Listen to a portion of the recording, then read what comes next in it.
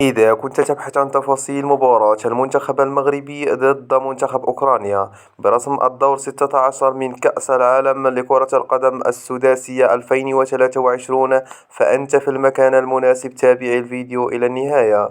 إذا كنت أول مرة تزور القناة، فضلا وليس أمرا، المرجو الاشتراك وضغط زر الجرس ليصلك كل جديد، ولا تنسى الصلاة على رسول الله. السلام عليكم. تأهل المنتخب المغربي إلى دور 16 على حساب منتخب عمان بهدف لصفر في الدور 32، بينما تأهل المنتخب الأوكراني على حساب منتخب ألبانيا بحصة 3 أهداف لواحد في دور 32.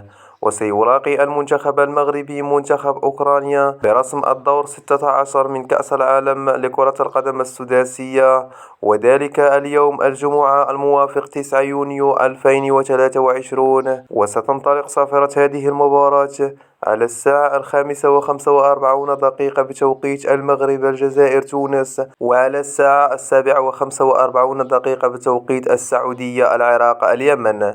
وسيتم بث هذه المباراة على قناة الرياضية المغربية.